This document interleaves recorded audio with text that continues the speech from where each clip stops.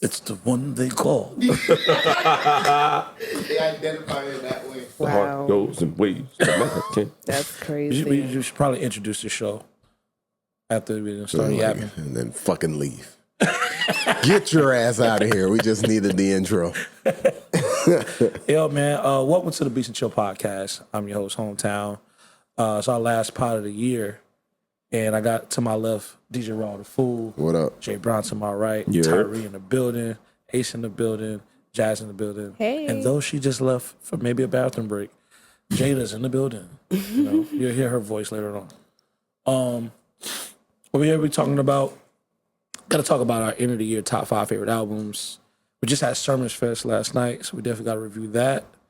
And we got to talk about the debauchery that came after me talking about the Tampa Music Awards. I was a little guinea pig for that shit. You know what I mean? Shout out to Archive, man. We want to start. Let's recap Sermons Fest real quick, man. Shout out Sermons Fest, man. Ooh, Jesus okay, so Christ. impressive. I got it.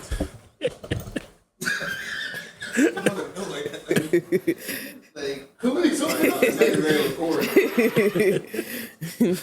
Told you Jada's going to come back. Hey, I'm saying this to, I'm saying this to the audience. Yeah. We're on the air. Anywho, recapping Sermons Fest, man.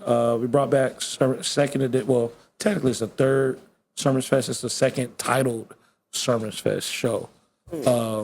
After we finished season 4, it was at Crowbar. We had Jay was part of the event. We brought out Marco Plus, Monet, who was on season 3, was on there. And we had some of the cast from season 4. I'm just getting bullshit out of the way. Bullshit. Wait, hold on. Before What that, is the first of all, bullshit? shout out to the team. He's so Shout out to soft Derek. with- Shout out Jazz. Yeah. Shout out Raul. Shout out Tyree. The event was phenomenal. It was. Y'all did y'all thing. Thanks. And that needs to be highlighted before you say anything does. funny. Nah, for real. Yeah. Derek, you did your thing as far as the talent that you brought for season 4. Performances from beginning to the end. The opener didn't sound like an opener. The closer sounded like a closer. It was an amazing show, top to bottom. Everybody's rhymes was nice. Beats was polished. Yeah. Anytime you came to listen, you was in for a treat. Like, and it just, the show just could, even though it started off good, it continuously got better and better and better. And you deserve your flowers for that show, The man. merch was fire. I love the Appreciate shirts. that. Yeah. Yeah. Expensive. Expensive as fucking bait. But But shout like, out to K Printer, man. They always Everybody's come through name on the clutch. back and shit. That's cool. That's make you want to buy it. Like my name on that shit. Shout out to K Printer, man. They've Got been mine. hooking us up all Your year. name was on there. I know. That's why I'm saying he got mine. I was like, That's why I bought it. Shout out to Pat. Pat made the design on that. He oh, designed see, it. Shout out, Pat. Jip Brody was asking me who made the design. Yeah. They be trying to come with my boy Pat, man, but Pat been holding it down, man. They be trying to take my nigga job. Like, yo, bro, let me do your graphics, bro. No. Do your graphics, man. New jeans. I paid Pat already. Yeah. I paid. But one, shout out to Crowbar just for, just being cool. Hell yeah. I mean, until it got to the last thing, like, yo, we trying to get out of here. I get it. Though. Definitely went overtime. Definitely went overtime. I think the show wouldn't go over time, but it was just, trying to get the fuck up out of there show and everything. didn't It go was just like, overtime. we trying to get out by 12:30. The show didn't go overtime. But nah, the show ended. The show ended before 12. Oh, okay. We was just in there after it was done, parlaying and shit. You know what I'm saying? And they was doing an interview. Yeah. You know that. But as far as the like I said, the performances, the one thing it was like, all right, in context, Sermons Fest is supposed to be like our rapper event. You know what I mean? Yeah. So like you're going to hear the best lyricism we can find. You know what I'm saying? And essentially some of the best, maybe some of the best songwriting when it comes to just like, because locally we kind of doing a lot of shit ourselves. There's not a lot of people coming together writing music. So it's just, I think it kind of goes without saying that like on paper, you're going to hear some of the best music in hip hop and you're going to, with that, maybe get some of the best performances. Yeah. You know what I'm saying? On paper. I know a lot of times that doesn't translate, right? But, I just felt like with the sermon series, it's like these niggas is not recording in advance and then just acting like they rapping in front of the camera. They're doing that shit in front of everybody, in front of the same The people. whole production team. You know what I'm saying? So it's kind of like, you know, you kind of get a chance to see like who can kind of show up in the moment, and then honestly, like when it comes to picking the lineup, it's not really like, oh, whose episode did the best or nothing like that. Maybe you may think about that when it comes to like, you know, what kind of momentum they have or what release and stuff like that when it comes to organizing lineup. But really, it's just all about like, I literally asked them, be like, who's available to do it? Like the people who wasn't on the show, they just probably wasn't available to do it. You know what I mean? But very satisfied with the show. Like me personally, even let me set off mic. A lot of people that performed, they could have performed other music that probably wasn't like the best. I feel like everybody picked their best music to perform. Like even if you just like heard the beats, it's like, man, every beat is like kind of hidden. Like I felt like everybody was kind of like, bitch, I want that beat. Like you know what I'm saying? For sure. It was just dope. It was just a dope experience all around. And shout out to Bar God too. I think he did a really good job hosting. Yeah. He's a good host. Yeah, he's very engaging. I talked to him midway through the show, or after the show, and it was like the reason why I wanted him to be the host of Sermons Fest was because like I would go to Smoke Wars all the time and see him in that setting, getting like his comedy, freestyle stuff off. But he would also just he's never shying away from a cipher like an Ebor, and I just feel like he loves rap so much, and his personality, he'll talk to anybody. I just never seen him in a hip hop or rap show setting. And I was like, I don't know if you ever get booked for that or what, but anytime I see you, it's always like smoking words or like some R&B shit. Yeah. DJ party. It's never like niggas getting you for rap. Yeah. And I don't know why that is. And I was like, I would like to have you associated with like a rap platform because I can see that you're somebody who really appreciates that. Yeah. You know what I'm saying? And you're a great host. So I just think it just makes sense for me to put you on that. And he was like, you know, really appreciative about it. He was just like, man, you know, I believe in this platform, bro. Then it was like, yo, my price went up, but you know, you can always book me for the old price, you know what I mean? Because I just want you to know you got me in your corner, you know what I'm saying? And but I really appreciate him. I feel like he does a good job with just, you know, helping out with the awkwardness that a lot of times comes at local Bringing shows. people in. Yeah. Yeah, you know, even when I try to host events, like that awkwardness is just weird as fuck to kind of like muscle through. You know what I'm saying? So you just imagine when an artist get on stage trying to transition between a song. Yeah. Yeah.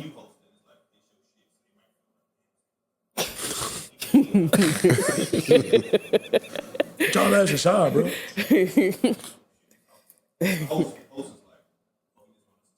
Yeah. But a good thing too though, because you know I'm getting caught up yapping with niggas outside. Like this is like the first time I experienced it. Like niggas is cutting me. Oh, you know, no, I want to catch your set. Oh, true. Like it was cool. Like, oh no, I'm talking to Andre. Probably wasn't talking about shit anyway, so. Right, I probably wasn't. But niggas like, oh no, I want to catch Monet set. Or like, no, I'm gonna catch Jay Browne real quick or whatever. Like niggas, but niggas like, I was talking to Sunset Tim because he went on after you, and he's like, bro, that nigga that went up before me, bro. You ever heard that story of Jay-Z talking about going up after DMX? I'm like, bro, I gotta follow this shit up. Like, god damn, nigga. I was like, hey man, that's what's up. You know, but he was just giving people props. Like, bro, like this shit was really cool. Like, you know what I'm saying? He's like out of town cat, you know what I'm saying? So He's from Memphis or Missouri? he's from Missouri, he just lives in Memphis. Oh, okay. Yeah. That was confusing me a little bit. Yeah. It confused me too. Very country. Yeah, so but One of the places where they got guns. right. But yeah, it was a vibe, man. Who was your favorite like performance? It's just Mikey. It's just Mikey. That shit was so good. The thing is, I didn't see Mikey's performance at Tampa Beat Weekend. I think I had left and came, like I think I Yeah, came you back. did. You right were when going for like got an done. hour. Yeah. Shit was so good. It was cool. His Tampa Beat Weekend performance was cool, but this crowd was more in tune with what he was saying and the style of rap that he was giving off. So the reception was just better. I mean, they was fucking with him at Tampa Beat Weekend, but it was a little bit different. Yeah. So Yeah, Tampa Beat Weekend had a mixed crowd because, you had like R&B, you had a Dia there, Barely Legal, It's Just Mikey's. But this was a rap. These rap niggas show. came for the raps. Yeah. One thing I did like too, like leading up to the show was niggas was preparing to release music around the time of this event. You know what I'm saying? Like, it was like 4 projects was like Perception has a project coming out, right? But all like him and Jada, they have projects that are coming out probably in the top of next year, but their projects are like done. Yeah. So they were like performing some of the final cuts for that.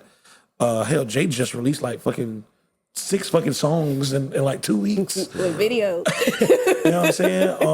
But it was cool to see that like niggas was dropping music. Sunset Tim dropped. Fucking Marco Plus dropped the deluxe. Yeah, Deluxe was album You know yesterday. what I'm saying?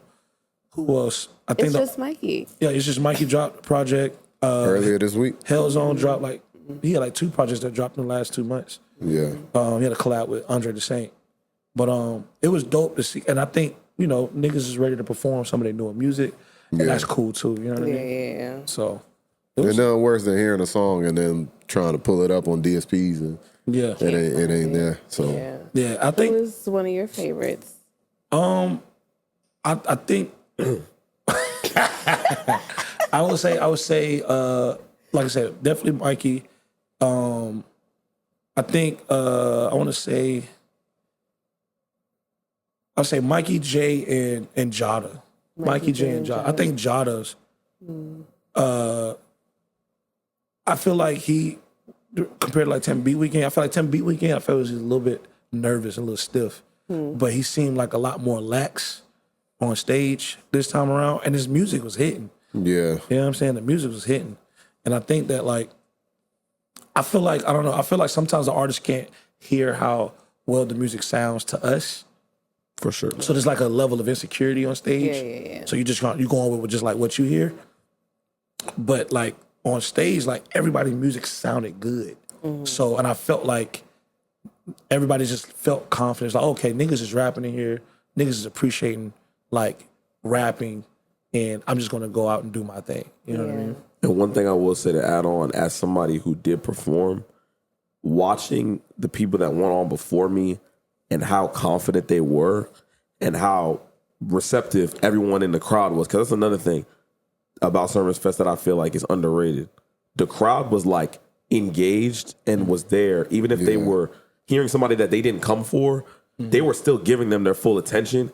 And they were like, if they heard something that thought that was dope, they were showing that person love. So each artist, as they were going up, I feel like it was like everyone was getting more and more amped. Like by the time I was supposed to go on, I was ready to run through a fucking wall because everyone killed. You know what I'm saying? So it felt like it was like leveling up. Like the energy in the building was just getting higher as the night went on. And I think that was due to the crowd because we've all been at events where like the crowd is whack as fuck. Like the artists are good, but it's just like there's just I came in to see my homeboy, so I don't give a fuck, And a lot of times it be on the management, like it be on the time management too. Because it's gonna be times people fuck up. You might get 10, 15 minutes. Sometimes motherfuckers be like 30 to an hour behind, which is crazy.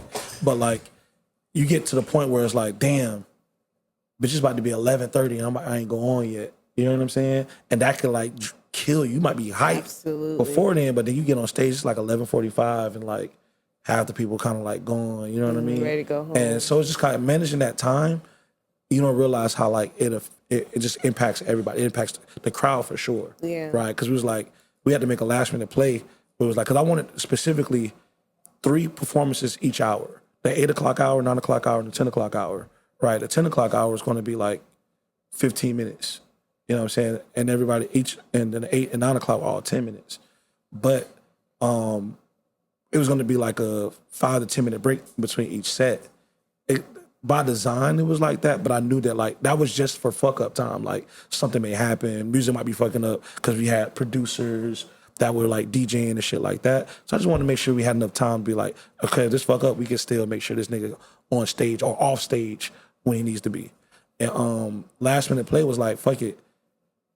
The crowd, it wasn't the biggest crowd we had, but it was like if we don't keep this crowd engaged, they're gonna disperse And leave. get hungry, go and get food, and leave, and it's gonna be a motherfucker to try to get them to come back every time. It's like, damn, bro, just give me a show right now. Like, I can stand for an hour, just entertain me while I'm standing here. Right. So I was like, yo, just run through it, and we'll break after we'll do like one break, and then we're gonna run through them again. I You know what I'm loved how saying? Monet just ran through her set. Like, it was really flawless. Like, it was like listening to an album because she just kept going and going. It wasn't Yeah, and it's a thing too. It was like nothing felt rushed. Like like it was certain points where I was like, do people know they got 10 minutes? I was like, I don't know if niggas know they had 10 minutes or not. Or the niggas knew, some people knew they had 15 minutes or whatever. But I felt like everything was kind of done gracefully. Nobody felt like, just from Tampa Beat weekends, like doing, I remember in 2022, there was some people, I remember I had to cut Gat short set. Damn. And I felt him and Scott, and I just remember how bad I felt. Like, damn, like I did ask y'all because y'all like my niggas, like understand that like we need to cut time. You know what I'm saying? And I just like I remember how bad I felt, and I was like, I don't want to do that to nobody. You know what I'm saying? So like I gotta figure out another way to manage it. But I feel like everything worked out really well. Like I think it was really, really dope. And it was cool to just have our last show be at the Crowbar. Yeah. You know what I'm saying? That'd probably be like our last show ever at the Crowbar. That was Oh cool. yeah, it's going away after that. Yeah, they got 7 months left. Yeah, so. He's like, why y'all looking at me? I don't work at a Crowbar. Oh my goodness. Marco Plus was fire. Yeah. How do y'all feel about Marco Plus, man? Felt like he was rapping very effortlessly. Like he was just nigga going did right rap into it. Well, you know, one thing I like that he actually came out like he was this nigga that was like, I'm gonna sit in the green room the whole time. Like he actually Yeah, he came out. out, I saw that. I listening was to like, people. oh shit, that's He was listening to people's shit. real. And I was honestly like, I feel like anytime I want to book somebody like that, the goal is to like make sure that they can be aware of like what we have to offer as a scene. You know what I'm saying? Like it's important to make sure they're like, granted, yes, Jay Browne is performing for like people here, right? And some people that you probably never seen or whatever. Cause it's like a group of niggas that I seen in there that was just like clearly Marco Plus fans. Oh, yeah. Niggas look like Marco Plus. He's like, yo, bro, is that Marco Plus? I'm like, nah, you right. There's like, it's like 4 niggas that like Marco Plus. But But it was rapping his shit word for Yeah. fucking word. That gotta be the greatest feeling in the world. Right. You go somewhere you're not from. You playing shit off your album from 4 years ago. yeah, It was a group of 5 niggas. I'm talking about when he was forgetting his lyrics, they was rapping them. yeah. That shit crazy. That was cool. That was cool, man. I'm glad that I was able to bring an event for them to go to. That they didn't have to go to Atlanta or whatever. They were like, oh shit, like nigga, in Marco the gonna be in city. town. You know what I'm saying? That was dope to see. And then like seeing him out there, like not even just on like some cool shit, just like, oh, I'm gonna just like peep in and see what's out. Like he out there filming shit, he clapping and shit, he making noise with niggas No, and the shit. So it moment was when cool. Monet threw me, I was like, That oh, threw me the fuck off. wow. I was waiting for one of y'all to look at me like I was the one who didn't know. I'm like, these niggas know each other? Yeah. I knew know the that. thing I is, had called her for like a little feature, you know what I'm saying? And we couldn't get it clear. You trying to perform it? I was like, I was at my mom. I was like, the fuck? yeah, so Monet told me that they had worked on some stuff together. When I reached out to her, I didn't know that until she told me. Okay. And then I didn't know that he had a record with Woe already. Woe was like, oh yeah, bro, I fucking. He sent me it's like it's on Instagram and everything. True. But I was like, oh shit, I didn't know that. You know what I mean? But so because I'm reaching out to niggas. And it's like, oh, she and Marco like, yo, bro. So I was like, oh, that's cool. You know. I didn't know that he didn't know that Monet was performing. Like, nigga, you didn't see the flyer, but like, all right, cool. Like, Brian, I ain't gonna lie, I didn't know he was performing. Yeah, nigga, if you listen to that nigga music, you smoke a lot of weed. Part of the storyline. Yeah, that's the thing too. Sharing his weed, and I was just kind of like, I was like, yeah, I didn't want to turn it down, but in the moment of like reaching for it, I was like, I don't know this nigga, bro. I don't know this nigga smoke, Poured weed. but he was cool, man. He That nigga was very smoking Those rapper cool weed. people. Yeah. Man, he was cool. It was how y'all felt about like his speech at the end of the show. I thought it was very inspirational. A lot of people need to hear that, especially like seasonal depression times. I think people need to hear stuff like that. How you felt as like one of the artists that performed on the show, like him saying like, yo, like y'all keep doing y'all shit. Da, da, da, da. Like how you felt about that? I think that it's on a surface level, it's obviously good because it's encouraging, but like on a deeper level, it's like the part that he was saying about I'm living proof, like that's the part that people be missing is like when somebody is a headlining artist or you see they have a certain level of success that maybe you haven't attained, they always kind of dehumanize it where it's like, okay, this person is like here and I'm here. But it's like that person was once where you are. And he humanized himself to end his interaction with us to be like, hey, I want to leave you with this. If you don't remember any of the songs I just rapped for you, remember the shit that I said here. So as an artist, like, I thought it was real as fuck. Like, what he was saying, I already felt, but it's like for somebody that's having a certain level, he literally saying, yeah, like, this year was like some good shit happened for me, but it's like, nigga, life is still life. Like, and I think that that's another thing people don't understand is like, just because I am attaining some type of success, chasing my dream, it's like, it's not like my life is just perfect. Like, yeah, I did a Breakfast Club interview, but it's like, nigga, you don't know what I got going on with my family or what it took for me to be here or whatever, but I'm here with y'all and I enjoyed this moment enough because it felt like it was spur of the moment. So clearly he had felt some type of energy in the building where he wanted to say that. I doubt that he planned to say that at the end of his set. I think one of the most important things he says is like, man, fuck your friends. That fuck your friends. You ain't hit. making music for them. You making music. Your friends are your very friends. true. That's their job, to be your friend, Right. not to be your fucking fan. Make music for the people. Leave your friends as your friends. That's a lot of people I feel like be like, man, you ain't even post my shit. You ain't do whatever. It's like, that's your friend. You ain't supposed to be on him like that. Just get your shit up. Be better. That's a tough conversation. Yeah. Yeah, it shouldn't be. Yep. Yeah. I think it's Real that's friends. different though, because like for sure. That ain't gonna keep the lights on. Right. Yeah. But that's easy to say though. And music is a little different because when you first start off, unless you just have a viral song in the beginning when you It's rapping, just your friends that's going those are the only listen to people your who listen shit. to your music. So I don't agree that you're supposed to expect them to just be the people that are going to get you out of wherever city you're from. I'm saying it's a tough conversation because it's like, that's always how it starts. So when you get to that point of, okay, I'm trying to progress, because some people are not taking it serious. But if you're taking it serious, you do hit that point where it's like, am I just a nigga who a couple people that I went to high school with listen to my music? Or am I going to be a nigga that like people listen to my music? So I'm not saying it's tough like people that are your friends owe you to be your fan. I'm saying it's tough because emotionally, when you write music, you write about your life. A lot of times, this shit is shit that you went through with your friends or went through with people that are in your immediate circle. So when you realize like, shit, nigga, I got to take this to some strangers, like, that's tough to do also. Yeah.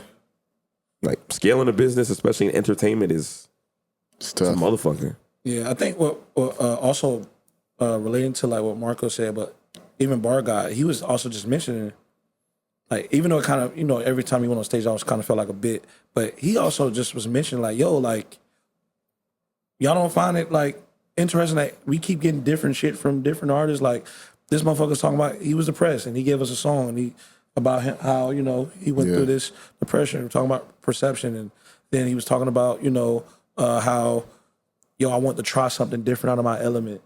Talking about Hell Zone and wanted to use something from like my culture and like perform over that. And he was just talking about how like these motherfuckers are like he laid it out plain and simple. Like these artists are bearing themselves to write this music, record this music, practice this music, and get up and to get booked, get on this stage, and then like to entertain you guys. Like that is a lot. Like a lot of people take that shit for granted, and a lot of people that be in the audience don't realize like like these people are performing in front of you, and honestly, nothing changes. There's no other level beyond that. You continue to do that same shit, even if you progress in life. There's nothing that changes about that. You're continuing to do the same thing. Yep. You know what I'm saying? It just, your settings may change. Now, when you was performing in front of 50 people, now it's 5,000 or 500 or 5,000. You know what I mean? But you continue to do the same thing. You continue to write. You continue to, bury yourself in the music. You continue to practice. You know what I'm saying? And get up on that stage and entertain those people. And it's like, that is a feat in itself. And again, man, I just commend everybody for doing their thing. And I hope everyone feels proud of themselves. I hope everyone felt like, I hope this was a good cap for the year on just what they brought to the table this year from being on Summers Fest or just releasing their own music, doing other shows. Like, I think locally a lot of artists did their thing this year, for sure. So, next year we'll see what Summers Fest brings. Yeah. We'll be doing some different stuff with Saturday Sermons. Yeah. So that's gonna be very interesting to see, for sure. Can we briefly go over these Tampa Music Awards? Briefly? Briefly. How you gonna start with the word briefly? Because it's I want to do it. moment. It was a brief moment. Tampa Music Awards, just a little segment I did with the archive where there was no actual winners, just nominees. We did Producer of the Year. I think the nominees are the winners, but hey, it's just Yeah, he did that. That boy political. The culture won. The fans won. For sure. Tampa won. Tampa won. We did it for Supreme. He did it, Pusha Free. That's a fact. Producer of the Year, Song of the Year, Album of the Year, and Artist of the Year, right? Or best new artist. album That's of what the it was. year, song of the year, producer of the year. And we did. It was best new artist too. Oh, For real? I didn't see that. Yeah, Fair best new. enough. Can I put? So I'll just go over the. Yeah, let's start with Yeah, that. I didn't see that. So best new artist, I said I don't remember saying Zanzi Bean, Stilo, and I think I said Miguel Morales. Now I did a disclaimer in the video because some people just watched the clip. They didn't watch the full video that they post on YouTube. But I said that like these motherfuckers, I don't know what is a new artist today when we talking local artists, right? But these motherfuckers was new to me.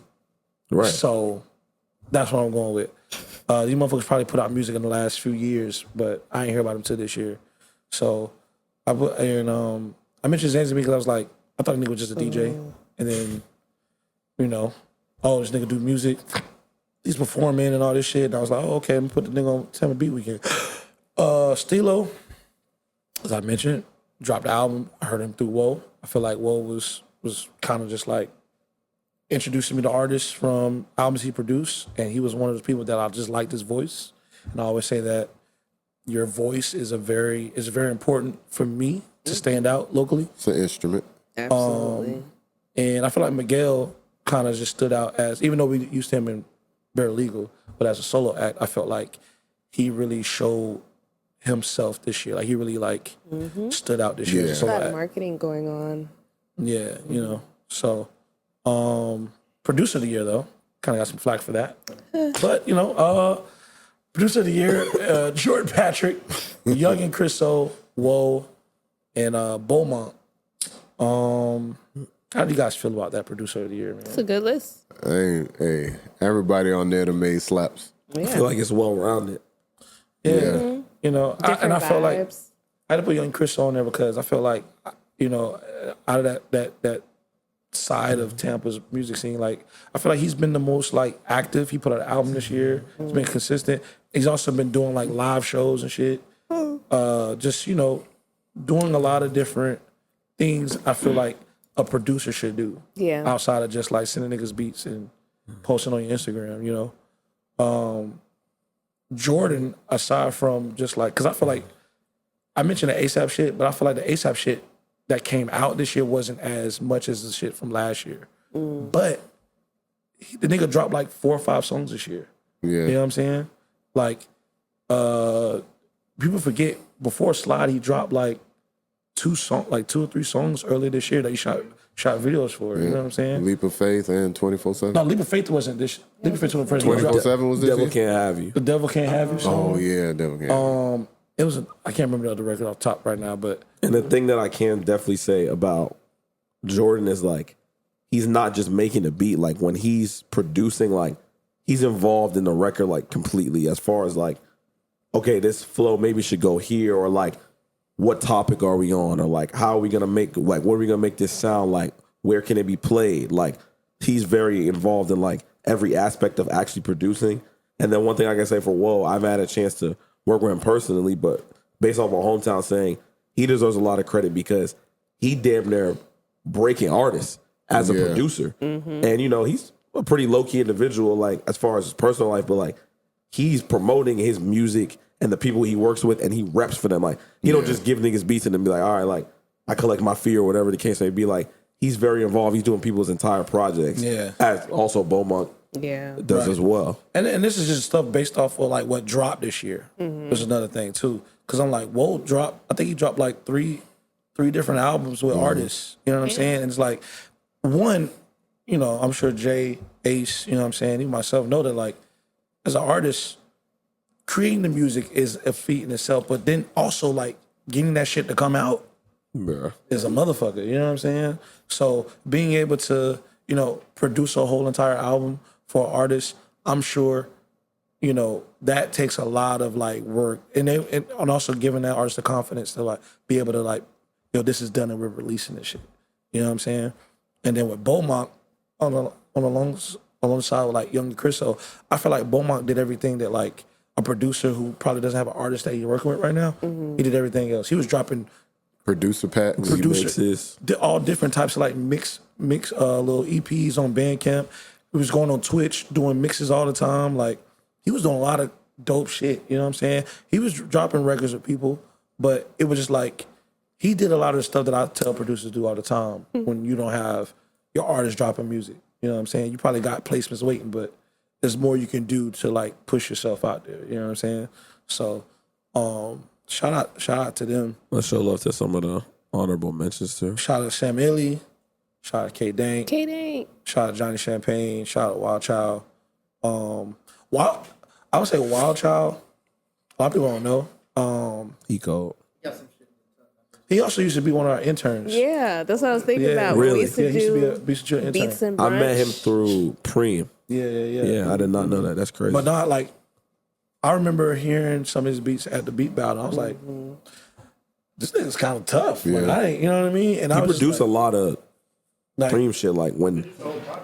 Correct. yeah, I was like, oh, like this nigga got, he has a bag for real. It's not like, okay, he's one dimensional. And he's and once again, like this. I mean, I'm repeating myself, but he's involved. Like, he's in the studio, and then like when the record's getting recorded, it's like, okay, if this doesn't feel like they changing to be on the spot, or he's reproducing his own stuff to like make sure that it fits the vision, For sure. which is bigger than just, you know, you could just make beats. True. That could be that. Yeah, shout out Johnny Champagne, just what he's doing with I Cigar love Johnny City. Champagne's Cigar City production. Records. I love his music, but his production is Yeah, and amazing. Sam Illy's also just been, you know, probably not like on a local level with artists, but like he's been getting like placements like a motherfucker, like, sure. dropping shit. So I think Cahoop too. he can't. Oh God, I didn't know you could hoop. Shout out to Sam. I met him through Perception. Oh really? Okay, yeah. Shout out to Sam, man. Where we want to go? We want to go song of the Yeah, year. the song of the year. Song of the year. Read it off, Raul. We got Barely Legal with Bedazzled, Miguel Morales with Gold, Gats with Stuntman, Jay Brown, Bad, Not Good, Flozig, More Than a Lover, and Jordan Patrick with Slide. Now- Let's go. I know- Let's go. I thought about like some people gonna say, "What? Y'all don't got no Gabriel Jacoby on here." Wait, what? Thought about that. I did put him as honorable mention. I was just like, the shit just dropped. Oh, read the honorable mentions, Raul. Yeah. Oh, So I my put, bad. yeah, go ahead. Honorable mentions for Song of the Year are Gabriel Jacoby with Be Careful, Black Champagne, Swing Low Remix, Shout out Ace. Pimpstress and Jit Faye with Back Up, Storm Wave. and Storm Wave with Acting Bad. What's the wave He's part just going by for? just Storm? Yeah, just this is instrument Storm. storm that way, but Storm, Acting Bad. yeah.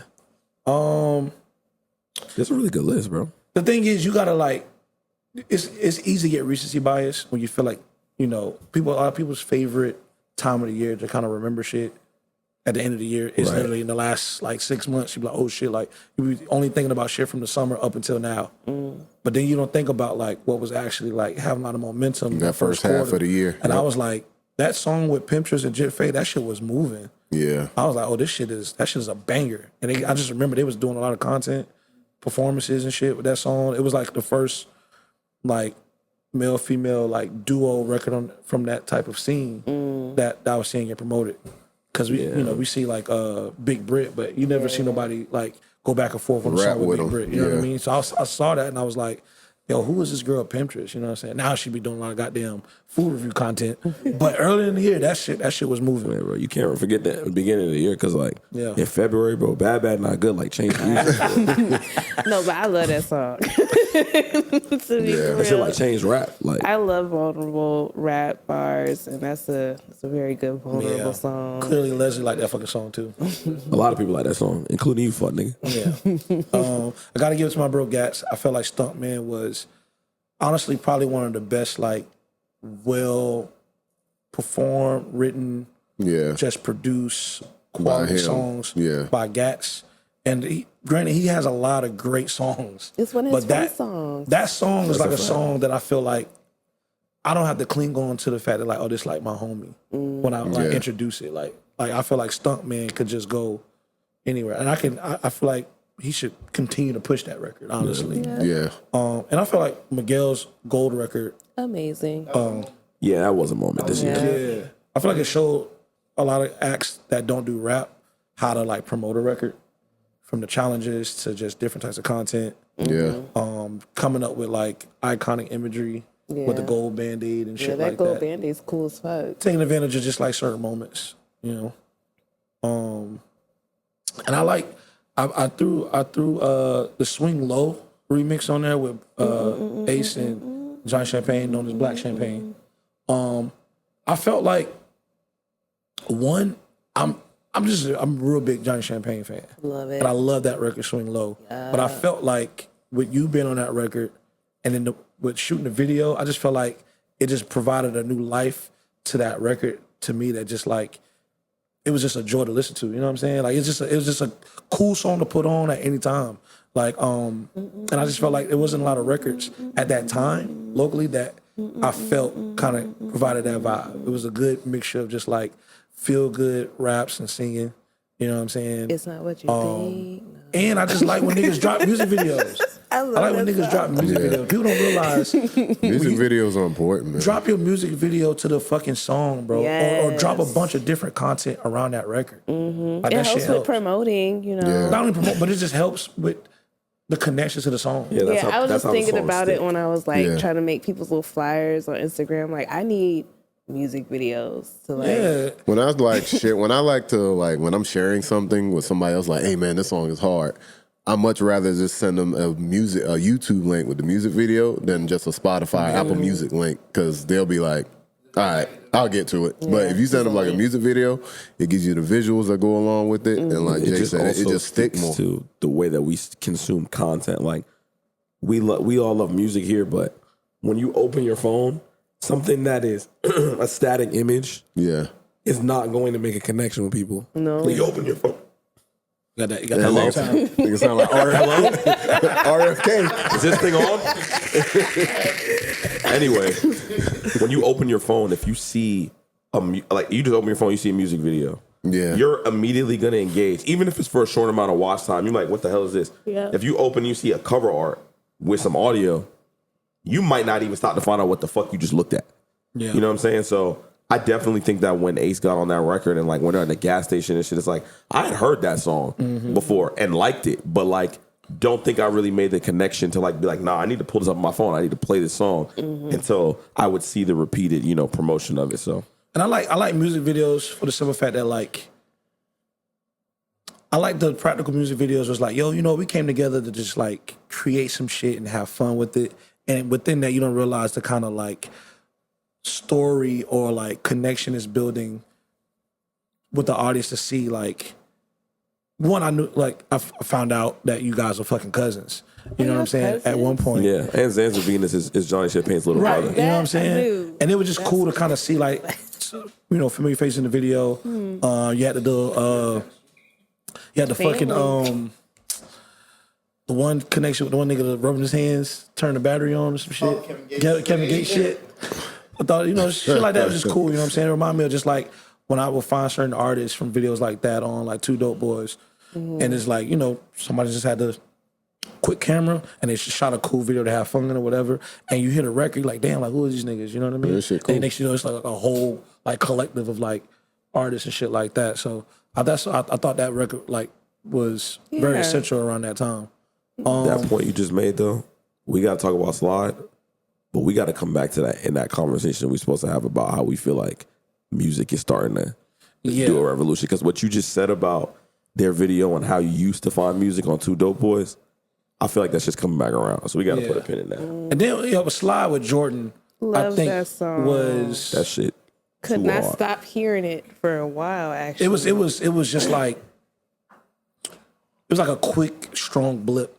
You know what I'm saying? That everybody was like, "Oh man, we could be from Tampa." we could be from You know what I'm Tampa. Hillsborough County changed my life. Yeah, you know what I'm saying? That record's so damn hard. That's a hit record, bro. Yeah. That's a hit record. I've heard Donnie play it, Raul play it, B.O. play That's it. a hit record, bro. Yeah, it was a fun record.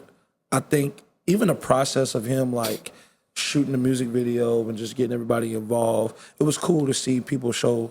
With a torn Achilles. Yeah, it was cool to see people show Jordan that type of love, and also too, it was just like Jordan don't really drop music like that. Yeah. Let alone music videos. You know, Let alone promote it. yeah, you know what I'm saying? So to see so many different people in the music video with Jordan was just cool to kind of just see his growth. I don't know, some people, you know, just look at Jordan as like this mythical giant local producer, right? But it's just cool to kind of see somebody that I see grow up as an artist and as a person, just kind of like go from being the super nervous, I'm in the cut just to make beats, to like having everybody in the video show him love. So that was just really cool to see that and to kind of just see like the radio pick it up and promote it and stuff like that. So that was dope. And like the Flowzig record and J Browne record to me were records that like niggas aren't putting out music like this.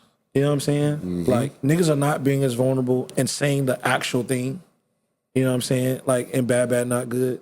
That's just like, nigga, I have to play this to somebody. Like I know you're gonna see me. You're gonna see people name pop up on the Untitled app. Yes, I have to share this record with somebody. Like, you know what I'm saying? It was just like you got some people that do things for the sake of just doing it, and they just kind of make something that's like, come on, like just mocking it. Like I'm an artist, I should make a record like this. But it's like you went and said like the things that like should be said. Like that. Everybody has felt those things before, man. Yeah. Everybody. Whether you the one doing it or you're the one on the receiving end of it. That's the thing. So you can tap in with that record if that's happened to you, or you can tap into that record if you have done that. And if you've done that, you can see how that other person's now going to feel off of what you did. So it's like, it's two sides to that record, and that's why I really like it. It's crazy. The person who inspired that record was in the crowd last night at Sermons Fest, and that was my first time ever performing that song. Do you know, I was going to say that because when you performed that shit last night, I didn't know who she was, but when you performed that shit last night, I'm like, damn, this is a good fucking song. Like, I knew it was a good song, but I ain't heard it in a minute to go off of the recency bias. But I'm like, damn, I'm getting to see this nigga perform this shit. Like, I love this song, and I got to see this nigga perform this shit or whatever. So I just had to go ahead and bask in it. But it's no a testament glaze. to the point I was saying. Like even in the show, right? You had some people that was performing songs that were like vulnerable, right? And it was dope to see that. But it was just like that record in itself just stood out compared to like everything that you heard that night. You know what I'm saying? It's like niggas is not putting out music like that. And I just felt like, you know, it might have been another record. If it was somebody else that Archive was working with, they probably would have highlighted a different song from Jay. Yep. But I felt like that was a one of record. the No, that was the fun one. ones. That was One of the little fun ones. You heard, Jazz? Yo, it be on. You got fun music, but I'm just saying, like, Speaking of fun music, I don't think you've been that vulnerable. we ain't talk about before. Bedazzled Converse. Oh, Bedazzled Converse by Barely Legal. Yes. I feel like, I listen, I know these niggas work these niggas, but I feel like I don't be hearing records by no other artists like Bedazzled Converse or any other records on there, but Bedazzled Converse, that shit go Is that every the- event they Who do. produced That's that one? Got Average. Yeah, that's the one. That's the I Want to Rock Right Now. Dum, dum. Yes, guys and I go was just like, crazy. bro, and they be doing like different show versions where they'll like add like different parts of the sample in the beginning, shit like that. And then too, granted, he's not in the group no more, but like, Bless you. but like Joe's verse, that shit sound off every time. Like everybody be saying that shit low key. when that shit come on. So it's just That's like, hey. that shit good, man. Yeah. And it's cool because I remember seeing that record. I remember we was in the studio at R&R studio, and I just remember just like Joe coming in and then kind of like just knocking out his verse, and I was like, he almost seemed like he didn't want to do it, like he was just tired. But I was like, nigga, this shit sound good. And then I remember fucking Dre doing his verse, and he was like, his shit was like sped up, and I just remember like trying to help him like make sure that like, yo, calm down and like say this. It was just very cool to see how that record came to life and just like see them perform it. And it's like, bro, that shit is. I feel like themselves, they don't appreciate how good that record is. And I think sometimes in the moment when you're doing certain shit and you're not seeing like immediate success for certain shit, you're like, okay, shit, cool. But I'm like, bro, you're gonna look back and be like, yo, that shit was, we had hard. heat. What the fuck were we tripping about? You know what I'm saying? And then Flow 6 More Than Lover, honestly, I don't think nobody in R&B, like I know Isaiah Falls is like, you know, the guy doing this thing, but that More Than Lover record is an amazing fucking song, bitch. Ain't no R&B artist out, I think, is topping that record. Even though I fucked with Storm Acting Bad and it was a dope record, I was like, the thing is, I didn't know you knew who that guy was. I would see his shit, but I didn't know that y'all was working together. He was recording some of his shit or whatever. I would see that. So when you even told me about it, and I looked him up, I was like, oh, I've seen this guy before. You know what I mean? Mr. Cheetah be doing his videos too. That's probably why you seen him. Shout out to True. But yeah, man, like I thought these were all like great records. Like that's why I felt like this year in like local artists, honestly, I feel like a bar has been raised on like niggas know how to make good music now. 10 years ago, it was just a moment where like, oh, you know how to knew make who was good and you knew who was bad. Yeah, it was like, you know how to make good like, music. Now it's like a level of like, damn, like I just kind of like the song better. You know what I'm saying? Album of the year? Album of the year? Album of the year. For album of the year, we got Barely Legal with Bizarre, Gat's Life on Film, Jay Browne, All Jokes Aside, Monet Marlowe, and What After That, and Quay the Artist, The Realm. This is And a then good for list. honorable mentions for album of the year, we got Nico High, The Optimist Son, Andrea the Saint, The Black Teddy Saints, and Not So, I think it's Teddy Santis. Actually, Teddy Santis. that's what it's supposed to be. And That's then not what was in all right, the the black- thing. Listen. and then not so. Black Teddy Santis and Natsu IP Infinite. I don't know if people be actually listening to albums. I think as a platform, it's our job to kind of like make sure we listen to these albums that come out. Agreed. But I think, you know, for the ones that were like actually nominated, Bizarre, again, I feel like these niggas don't realize the type of music these niggas able to like make after the last project they put out. Like the like just seeing that shit come to life and seeing that like, oh, there's nothing out here for real that's like that. And I don't think they realize how special that is to be able to do that. I really liked it when they did their album release party at Symphonic. Yeah. That's what made me like, oh yeah, I'm gonna listen to this. Yeah, I just like I said, they didn't even have to put no more. It's 4 songs of shit that like nothing. They're not in competition with anybody, Nope. and they need to understand that they're not, and Only continue to just barely continue to legal. make as much wild shit as they possibly can. Again, Jay Brown's All Jokes Aside was a moment of people not like. If you look at the albums on there, there's not an album on here that I think is as vulnerable as like Jay's album. And again, a lot of local artists, they feel like they shouldn't. They feel like they can't make an album like that until they get on. Correct. They feel like they got to make hits. They feel like they got to like make shit that's gonna like get them out of here before they can like really talk about like, yo, this is how I feel. You know what I'm saying? This is how I feel. This my heart was broken, or this is my, you know, this is what's been on my mind, or I've been depressed, or whatever. Or if they do something that's like a depression album, it's like a theme, an aesthetic for the album. You know what I'm saying? And they got to make the beats that sound aesthetically depressing and all. Like, you know what I mean? But I felt like Aesthetically no, depressing. dead ass. It's like it's a theme for the album, Yeah. but not just like the context of like what I'm talking about. And I felt like, you know, he did a really good job with that shit. So I commend you for that, brother. What's the dude from Orlando that rapped at the Freddie Gibbs concert? Wahid, yeah. I like his album as an honorable mention. I don't think they came out this year. That wasn't this year? That was last year. We got Damn. 2 albums last year. And like I said, if you combine, Fucked up. if we did this shit last year, Should have been OD. oh yeah, it would have been different. Monet, I think her album was great. Bro. Yeah. I think she added, I think she's not competing with nobody. Nope. I think we don't realize Different the level. type of talent that She we in the have league. She in the She's league of her own. amazing. in Tampa. She in the league of her own for real. Bro, I text Monet a fucking essay about this album about 2 months after it came out because I had it and I listened to it. But I think one day I saw, like, once again, power of putting videos up. She posted a video and it was hard. And I was like, man, let me just go listen to her music. And I replayed the album and I text her. I was like, yo, I know niggas is not hearing you because I know what it's like to, like, be lyrical. Niggas don't. The shit she's saying in these verses, bro, Yeah. is ridiculous. And I know Derek's gonna talk more about it, but like the singing used to be That, like an yeah. accent, but she raised it to where now it's like it's It's basically right on there. par with her rapping. Yeah. Yes, which I is remember kind of when we ridiculous because her first rapping booked is her. really good. She wasn't singing like that when we first booked She's her. confident already, and she knows she's the shit. But she needs to know, like, we heard that Yeah. shit. That That shit was It Was fire. Me will make me cry. That's And just so good. The album was produced by Woe, and even though I mentioned Stilo, as he had a project by Woe, it's like you can tell the DNA of his production is in there, but she was able to create somewhere, you know, she was still the star of the album and not just like Woe's beats. production. You know what I'm Yeah. saying? And I think, you know, being able to do that with hip hop and R&B, with the songwriting, amazing. And she's starting to produce her own music now. Oh, so. is she? Oh, really? Yeah, she's been posting Leveling content, making beats and shit. Oh, I love that. I think, I don't know, I mean, what is there to say about quit an artist that isn't been said out there by the internet already? I keep finding these connections. That boy went on a world tour for that I album. want to say something with Jay. All right, I interviewed Johnny Champagne for Saturday Sermons a week ago.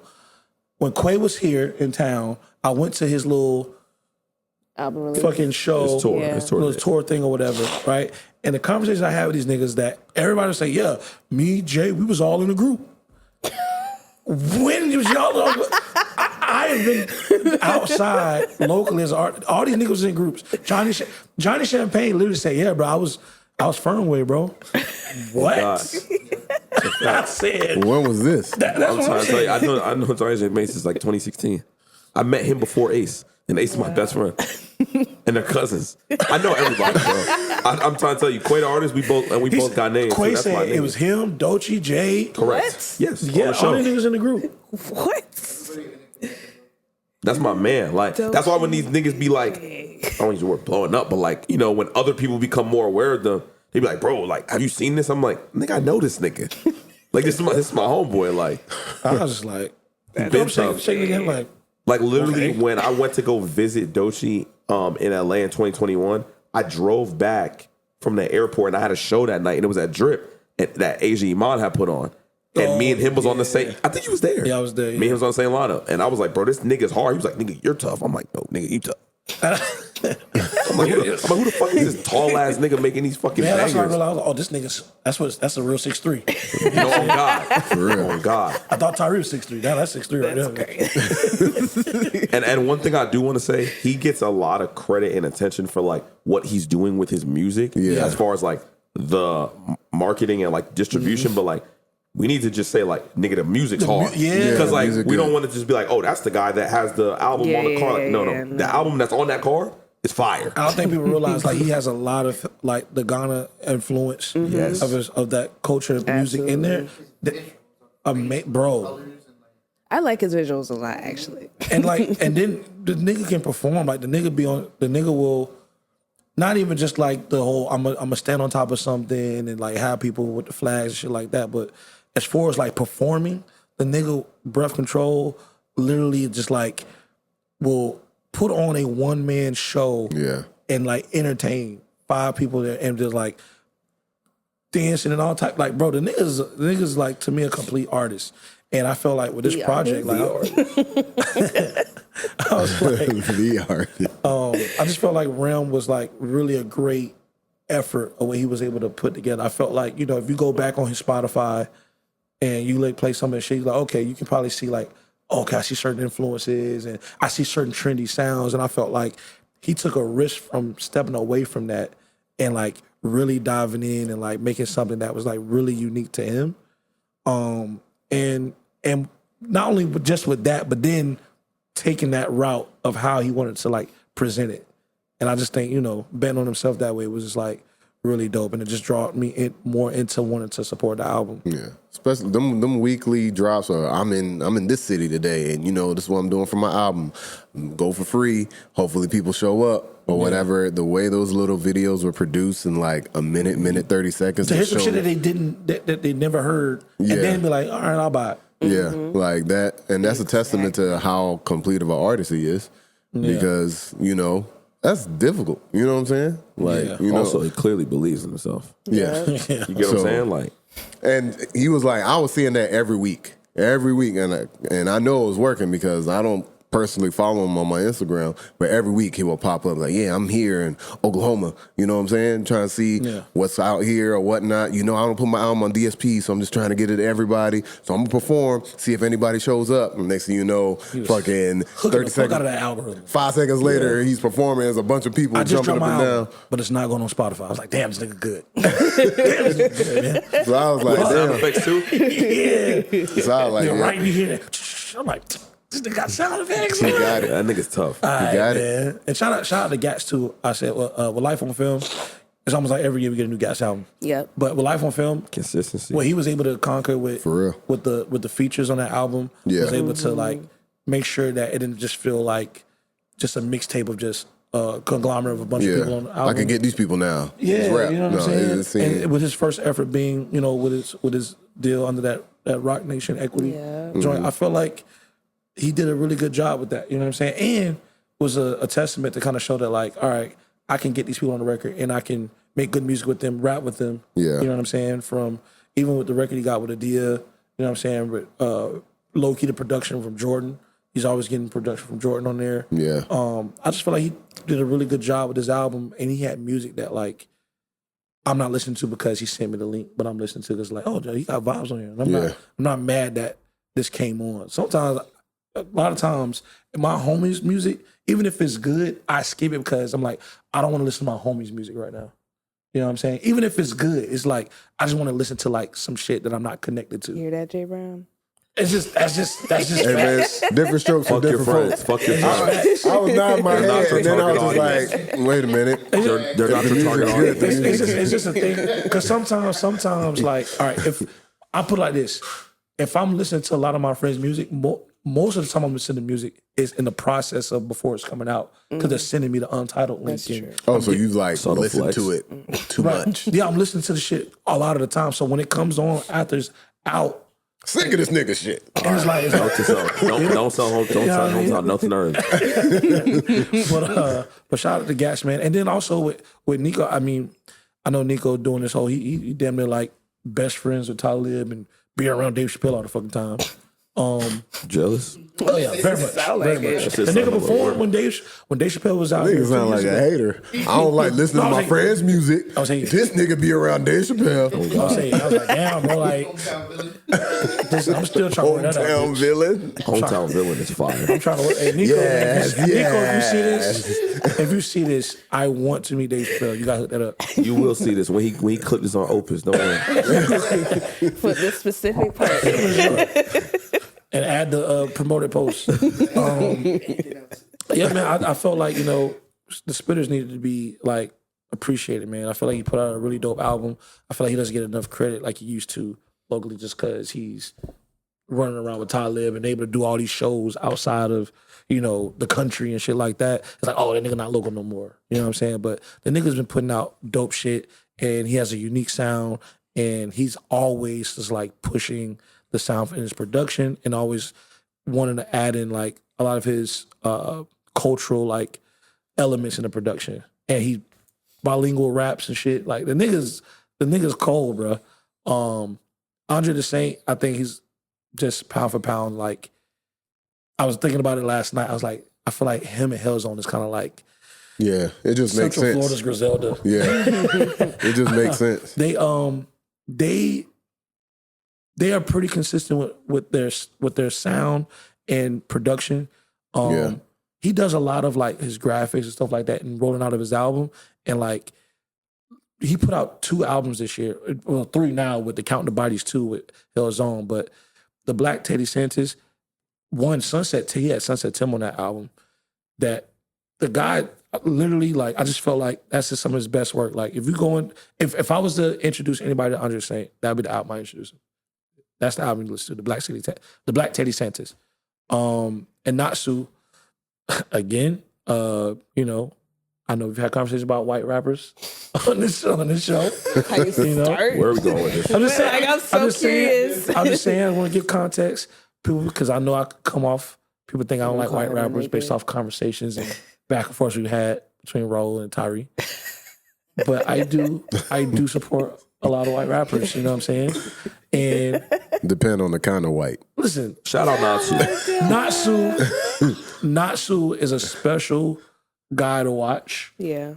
Just a jack of all trades, producer, filmographer, graphic designer, Incredible when it comes to that contest. performer. Like he can do it all, man. And you never know actually what you're gonna get when he releases a project. I didn't know what the shit was gonna be, and it has like very like to me. I was like, oh, this nigga wants to be famous. He wants to be like I want my shit to be like this is like a very I want to perform at the VMAs as album. He did a really good job with it. Like he's able to execute that at a level that I don't think a lot of people can. That's true. And I just want to give him his props for that, man. So shout out to Natsu. Shout out Natsu, man. I think that's all the Tampa Music Awards. Shout out to everybody nominated. Shout out to honorable mentions, man. Yeah. Shout out to everybody that wasn't nominated. Y'all Boy, niggas Derek mad. cleaned that shit up. Y'all Took niggas 45 minutes, but he cleaned it up. And it's all on the whole length video. Y'all just watch the clips On YouTube. and shit. Before we can go over these top 5 albums, man. Let's do it. Everybody go over the top 5. Where we gonna start? Jazz. Wait, my phone's loaded. Ladies first. Wow. I had to restart my phone. Sorry. Yeah, the restart. Yeah. What It you needed doing? an update. I just feel like Jazz I didn't get feel hurt like- enough, so I wanted to let her go can't first and just shine. And this Sweet, was but I mean, I think You I don't know remember none of the them. albums? Tia. What's the name? Tia of that? Corinne? Tia Corinne's album. She dropped which is named Corinian.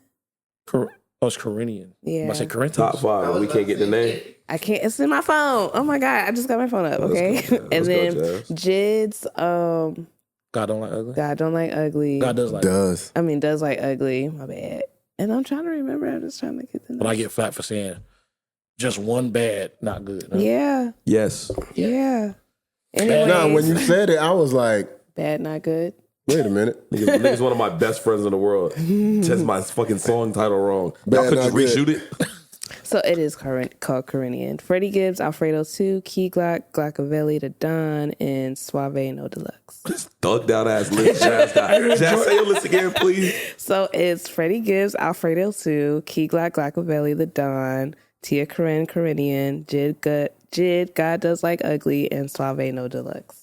You want to give us any notes? I know the type of thing you like. Oh God. On soul. That nigga rolling woods right now. Facts. What the hell? Remember, remember in group chat, Tyree, Before you grab that Jordan him. was going at the Grab a cat leaf. so you a Key Glock fan? I don't think Jordan like Key Glock. Damn. You don't want to tell us nothing about these albums you chose? Oh, I love them all. Like, what do you want me to say? Oh They're all my good Go ahead, Raul. albums. Go ahead, Raul. Raul, go ahead, Raul. Go ahead, Raul. All right. I thought I was just giving a list. I thought this was brief. You sure? And then you want to elaborate on none of them? Okay. Y'all making me feel like I should. So Freddie Gibbs, Yes. Alfredo 2 definitely was album of the year for me. So Because that's your number one. like no, yes, on the top of my list. See, this is what we sure. looking for. For sure, my bad. Alchemist killed it. And the bars on Shangri-La is my favorite fucking song. You also went to the concert too. I This one. love Let's go, Jazz. This the hard hitting journalism we looking for. It's so crazy. I like Key Glock album because of mostly the samples in it. I feel like it was produced very well. Of course, I like Key Glock rapping, but the production was really, really good. Tia Corinne, love her always. Jid feature was fire in the Tia Corinne, even though y'all probably think that song's a little aggressive. Yeah, she's a wild one for sure. I love her. He all do, I'm sure. And then Jid, God Does Like Ugly. It was just really anticipated for me. So, and it kind of fulfilled my needs as far as what I was looking for from him. So I'm assuming that's the fifth one on your list, huh? the fourth one. Oh, okay. Suave No Deluxe just came out, so that's why it's last. But that Gotcha. shit is amazing. Yeah, that shit good. And that's all I got. No, we're going ladies first, man. I don't think Jada's gonna record. Are you Ladies recording? first. Ladies first. Jada's not recording. Do you have your list? She got her list. No, cancel that shit. That's the only time she talks. Yes, I'm ready. Let me get my book. Oh, Oh my that's the god! Brady journal. All right, man, we're gonna keep the party going. No, she got it. I'm about to say my list. Let's so do it. for me, my top 5 albums of the year. First was Playboi Carti, Music, Sorry for the Wait. Just because that was like my most played and like my Apple Wrapped. No, it's No. Playboi Just Carti. say this. It was Yeah. a deluxe. You just titled it that. Yeah. And then my second, I would say it was For Nothing, Nine Vicious. He had a like project called For Nothing. Number 3, I would say it was Colorblind by Swappa. That just got released recently, but I really like it. And then 4th, I would say Drake, Some Sexy Songs for You, just because a lot of really good songs on there. Tough. And then the last one, Perfect Storm by Hurricane Wisdom. Those are I my heard a bunch of top artists Check I've them out. never listened to before. Check them out. Jada put me on that. Swap. She post one song. I said, shit hard. And I fuck with non-vicious though. Who next? Little tapped in. Me. Don Trip, Starlito, Step Brothers for Life. That shit was hard. Is that like it's like a series, right? Yeah. So that's the 4th one they have. But like the first one they dropped in like, I think it's like 8 years. Oh shit. So Suave, Billy 2. I love you, Billy. K Tronada, Ain't No Damn Way. Oh, that was a good album. Chris Crack, Time Travelers Keep Trying to Kill Chris Me. Crack, hold on. I didn't Time know. Travelers Keep Trying to Kill Me. And I love Chris Crack. Alfredo 2, Yeah. Freddie Gibbs. Honorable mention to I Am Music, Playboi Carti. Oh, I'll go you did an next. honorable mention? I guess I'd do the clips as an honorable mention. I'm just throwing that out because I wanted to put them on there, but it was 6. So, you know. Yeah. My top 5. Number 1, I'm gonna go Let God Sort Them Out by the Clips. Number 2 is Wale's Everything Is a Lot. Wow. I think it just goes without saying. Wale is probably one of Wale's best albums. Still listen to this day. Yeah. It's a very infectious album to just like find so many new things to listen to every day on that album. Suave's Billy 2. Been following Suave for a minute, but I feel like Billy 2 was like, okay, this guy is ready Yeah. to go to the next level. I put number 4. I put Mike Showbiz. Oh, yeah. Mike Showbiz. My favorite song by Mike to this day is God's With Me. I think that's just like some of the best shit I've ever heard, period.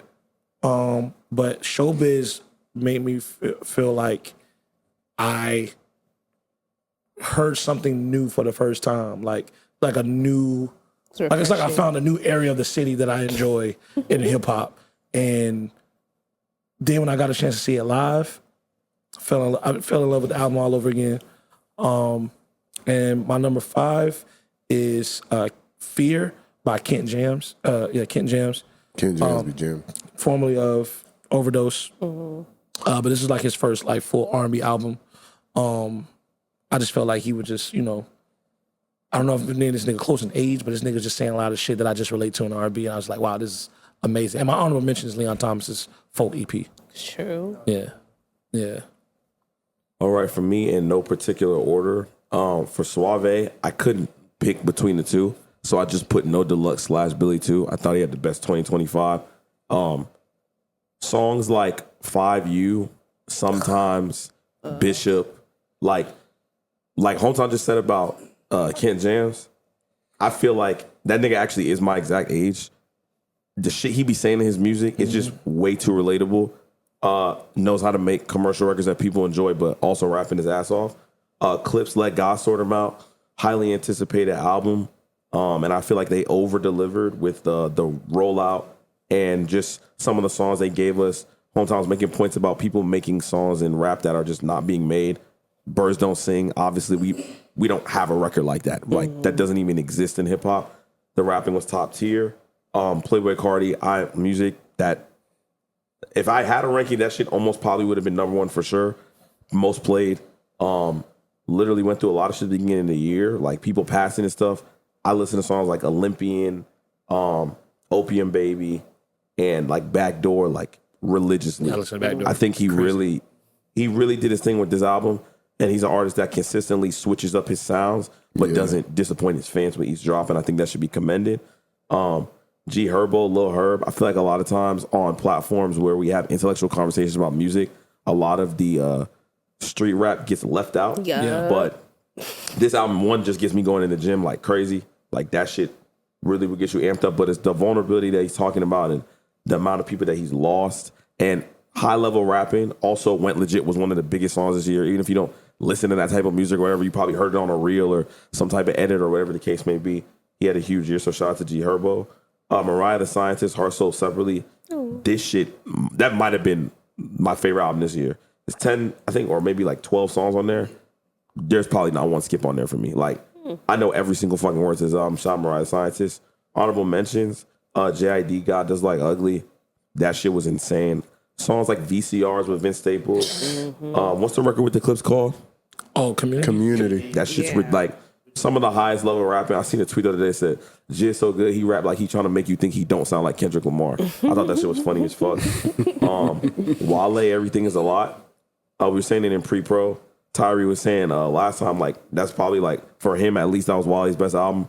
That shit is up there. Like, Watching Us, Blanco, YSF, Where to Start, his incorporation of R&B into hip-hop and keeping that strand alive. For some people who maybe don't know those songs, those samples might send them back.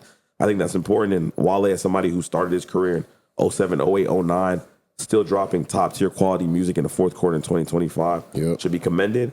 And then also Some Sexy Songs for You, Drake, Party Next Door. Wasn't like the biggest Drake year for me as a Drake stan, but there was a lot of songs on there that I really did play at the beginning of the year. Didn't have all the replay value towards the end, but it definitely was something I enjoyed thoroughly through 2025. Fuck with that. Who else? Yeah, listen. You want to go? So mine was a little scattered, but I gotta agree. Showbiz by Mike, like, it was one of the projects that was the easiest to return to. It just, like, I just found myself, like, especially like some songs like Man in the Mirror. That shit is just like, I can just throw that on at any time and cruise to that. I gotta give respect to Playboy Cardi as well. I Am Music, beginning of the year, like, that shit was just over and over. And it's one of those projects kind of like Travis Scott's Astroworld where you heard about the build-up for years and years and years. And then when he actually delivered it, it was actually good. And it was received well. I got to give a shout-out to Bad Bunny. Bad Bunny's album, Debut to Las Photos. That project right there had me in a chokehold at the beginning of the year. Like, I was learning more Spanish by listening to that album. Stupid. It was good ass album. Damn, I left that one off. That was listening to that motherfucker too. Over and over, like, right? Yeah. And then I gotta give personally, like, I like him a lot, but like with Starline by Chance, I feel like that after album was really good. Literally years of not hearing a project and not knowing if like the next one would be like solid, he delivered. He came back and it's like, okay, like, now, whatever he moves on with, you can kind of just, whatever that tension was, that is kind of gone right now.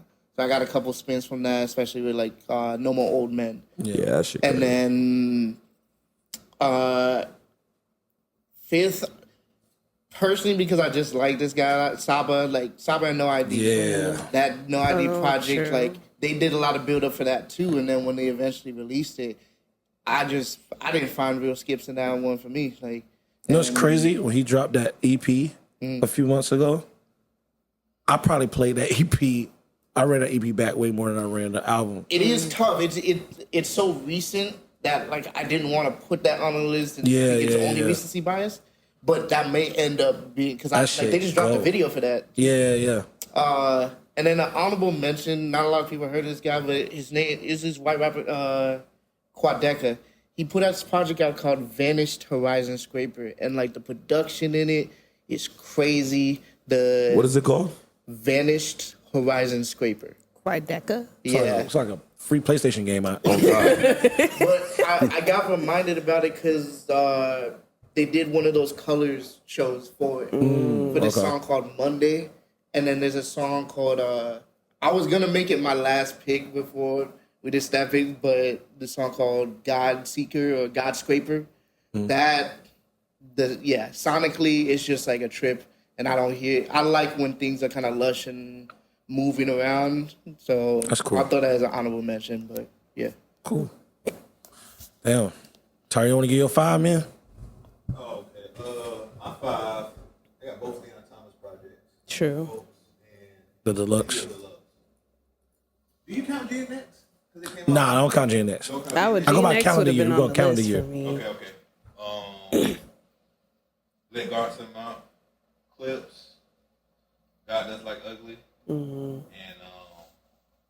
this dude named Isaiah Haran. Bro, That album is amazing. crazy. Yeah, what is it called? Bro, Concubina? I just added, yes. Isaiah Haran. This shit right here? Yeah, that shit. Yeah, that shit crazy. Hell. My 5 albums. I got 3 R&B albums, 2 rap albums. Yeah, I ain't mad at That that. makes sense. I ain't mad. Damn. So Clips. That's some shit to listen to, man. Cardi, the Mike album. See, I did the Mike album because I don't listen to that nigga and multiple people say his name, so. Bro, I'm telling you. Yeah. Did you go to the show? No, I missed it. Bro, I'm that- mad at it like that. Bro, that show. Nigga gritted his teeth. Bro, that show.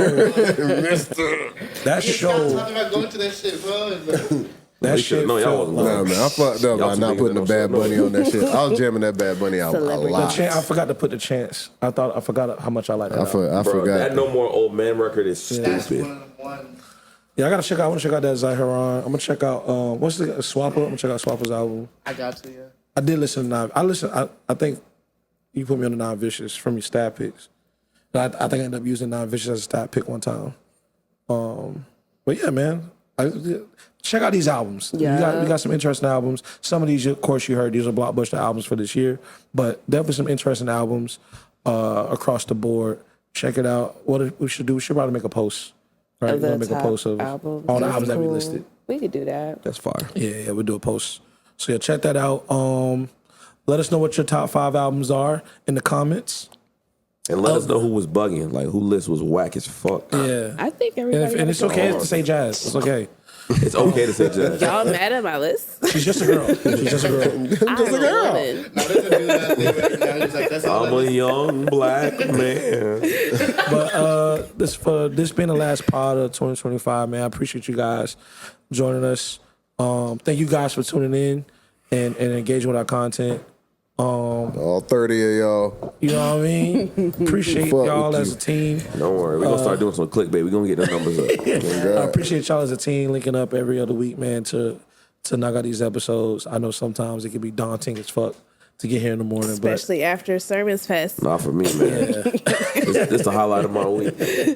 but I do appreciate it. You know, this has been our 5th year as a podcast. Damn. Going into 6 years. So, Damn. you know, We was in the 6th year would be more. hometown in Liverpool finally made doing it. this. That's I used to listen to crazy. this shit while I was cutting grass, bitch. That's 2020, 2020. I swear to God, I was listening to y'all when I was mowing lawns and shit. That's Y'all funny. like the JVP. I can't imagine. No, literally. We're gonna start posting old clips, man. Y'all want to see the Yeah, I need to progression hear Oh, what yeah. y'all of this fucking listening to. I podcast. don't see that. That blurry ass camera vision from that Yeah. couch. Yeah. I'm gonna start clipping. Where y'all was watching Cheeks from the It's always Tube. been a brown couch, though. Always. Oh, that's true. Oh, God. Even the studio New pod? changed up. The brown couch. The brown couch. Let's get out of here, man. Yeah, let's get up out of here. Yeah. Appreciate y'all, man. End of